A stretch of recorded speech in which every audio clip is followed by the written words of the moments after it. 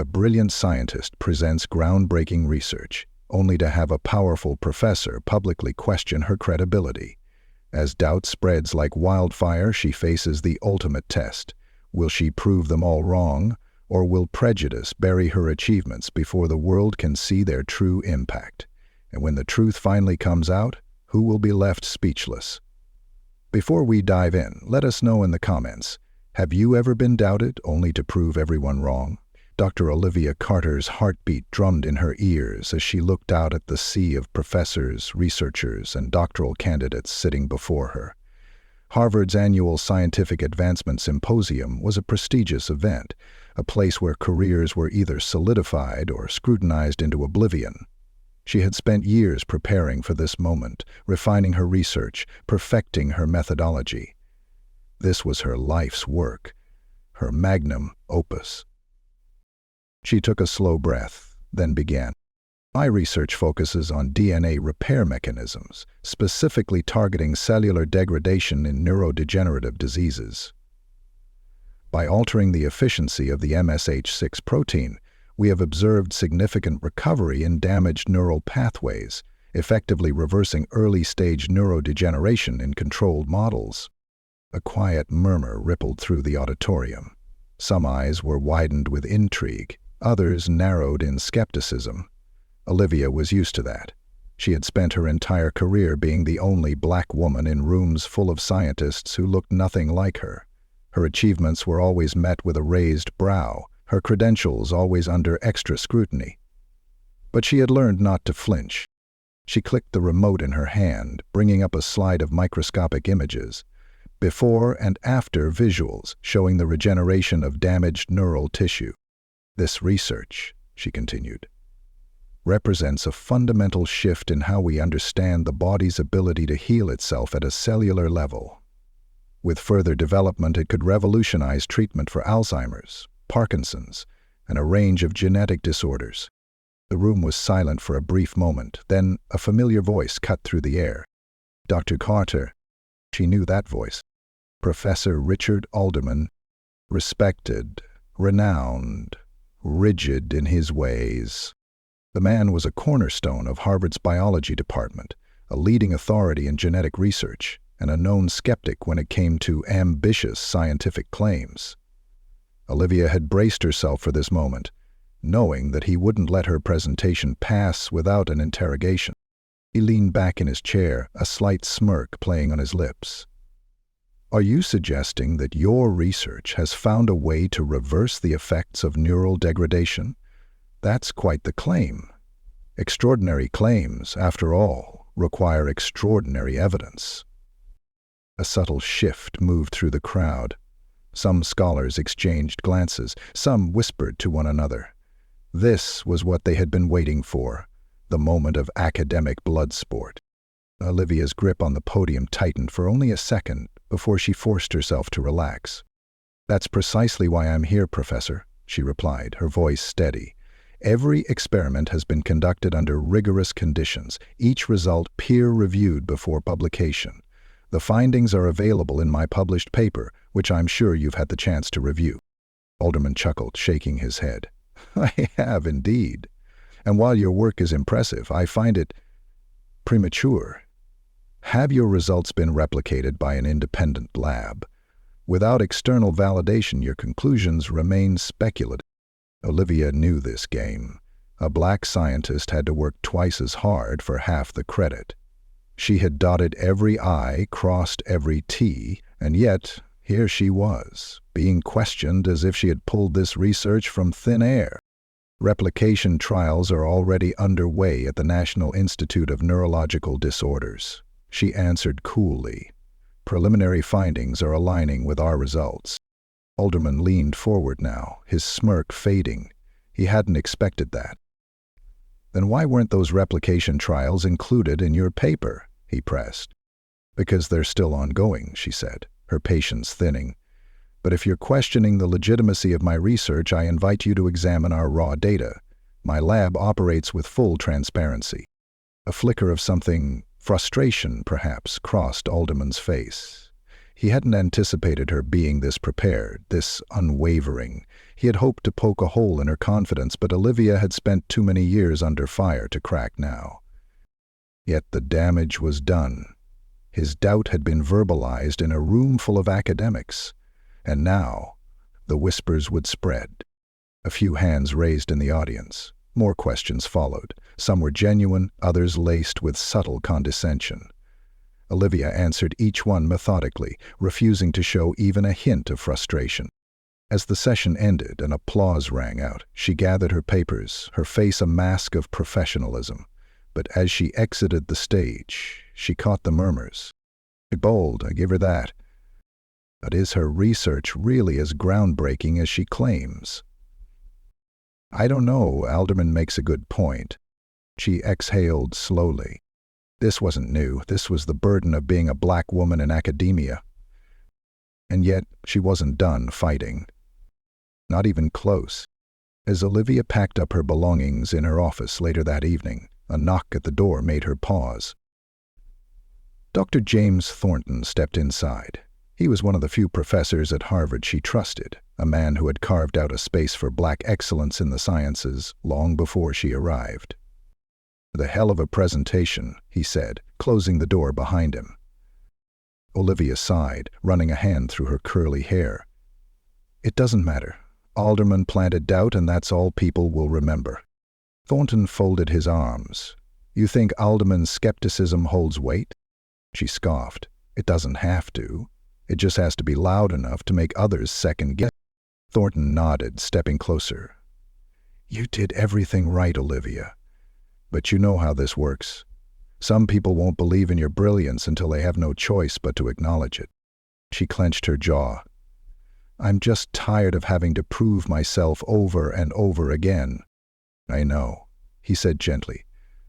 "But that's why you can't stop." She met his gaze, saying not just understanding, but something deeper. "Faith. I've a feeling this isn't over yet," he continued, a knowing smirk on his face. "In fact, I think it's only the beginning." Olivia sighed, leaning against her desk. "Let's hope the beginning isn't the end of my funding." Thornton laughed, shaking his head. "One thing I know, when it comes to you, Olivia Carter, they haven't even begun to see what's coming." Olivia smirked. He wasn't wrong. Not even close. The rejection letter arrived exactly 1 week after the symposium. Olivia stared at the email glowing on her laptop screen, her fingers hovering above the keyboard. "Dear Dr. Carter, we appreciate your submission for continued funding through the Harvard Research Initiative. After careful review, the board has decided to allocate resources elsewhere. We encourage you to reapply in the future. Best regards, Dr. Philip Emerson, Harvard Research Funding Board." She swallowed the bile rising in her throat. She knew this wasn't about money. It wasn't about resources. This was about perception. About the doubt Alderman had sown so skillfully in front of the entire academic community. They didn't trust her research enough to fund it. She exhaled slowly, forcing her fingers to relax. If she let anger guide her now, she'd lose control. And losing control in academia was a death sentence. A knock on her office door pulled her out of her thoughts. "Come in." The door swung open and Dr. James Thornton stepped inside, a look of concern on his face. "I take it you got the email?" Olivia nodded, closing her laptop. "They cut my funding." Thornton sighed, running a hand over his graying beard. "I figured they would." She frowned. "You expected this." He gave her a knowing look. "Harvard doesn't like controversy. Your research is disruptive. Alderman's doubt was enough to make them nervous." Her jaw tightened. "It shouldn't matter. The science is sound." He sat in the chair across from her desk, folding his hands. "We both know science isn't the only thing that determines funding, Olivia." She leaned back in her chair, crossing her arms. "So, what? They just let one man's skepticism dictate whether groundbreaking research moves forward?" Thornton studied her for a moment. "One man's skepticism didn't stop your research. The system did." Silence settled between them. She exhaled sharply. I have a team, James. Graduate students who depend on this research. If we don't get funding, the entire project falls apart. Thornton nodded. I know. That's why I have a proposal. She raised a brow. I'm listening. He slid a folded document across her desk. The Howard Medical Institute is looking for an independent researcher to lead a multi-year study on neurodegenerative diseases. Full funding, no institutional interference. Olivia blinked, stunned. She knew about Howard Medical, one of the most respected black-led research institutions in the country, but she had never considered leaving Harvard. This is a lot, she admitted, unfolding the paper. Thornton leaned forward. They want you, Olivia. They read your paper and reached out to me personally. If you accept, you'll have complete control over your work. She hesitated. Leaving Harvard meant walking away from everything she had built here. It meant acknowledging that the system had beaten her. I don't know if I'm ready to leave, she admitted. I fought too hard to get here. Thornton studied her carefully. Maybe fighting to stay isn't the same as winning. The words settled deep in her bones. She had spent her entire career proving she belonged in these spaces. But what if she didn't have to prove anything anymore? What if she could simply be? She swallowed. I'll think about it. Thornton nodded. Take your time, but don't take too long. He stood, heading for the door. Before leaving, he turned back. You don't need Harvard, Olivia. They need you. 2 weeks passed. Olivia kept her head down, focused on salvaging what she could. Her graduate students were devastated about the funding cuts, but they rallied behind her, working long hours to push through experiments before their resources ran dry. Then, one morning, as she sipped her coffee and scrolled through her emails, an unexpected subject line caught her attention. Your research has gone viral. Her brows furrowed. She clicked on the link. The article was from Scientific Frontiers, a respected online publication. The next big medical breakthrough, Dr. Olivia Carter's research on neural regeneration. Her breath caught as she skimmed the piece. The journalist had taken a deep dive into her work, praising its potential impact. But it wasn't just the research that had people talking. The article called out Harvard's decision to cut her funding. It didn't hold back. The decision raises uncomfortable questions about bias in academia.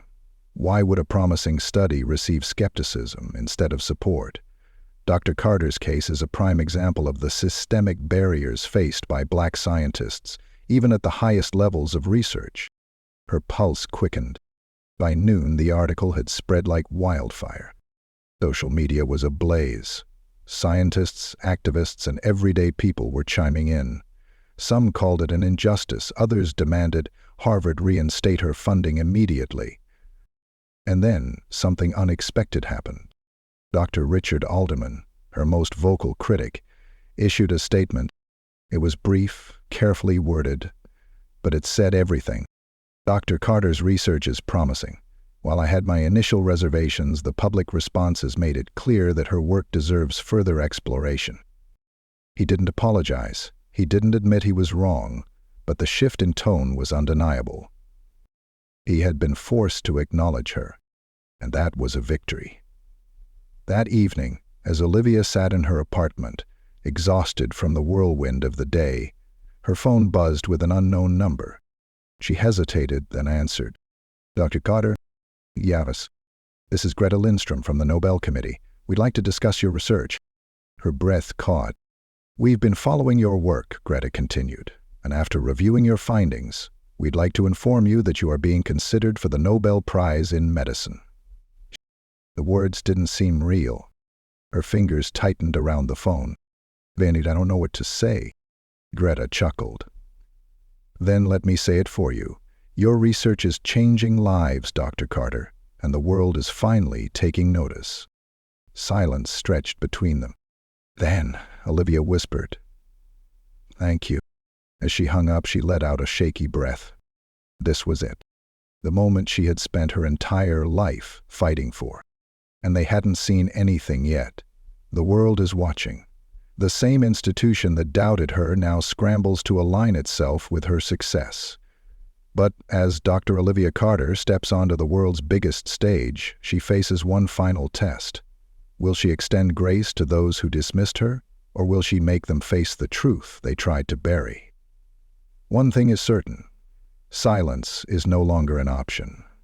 The Nobel Prize in Medicine, the word still felt surreal.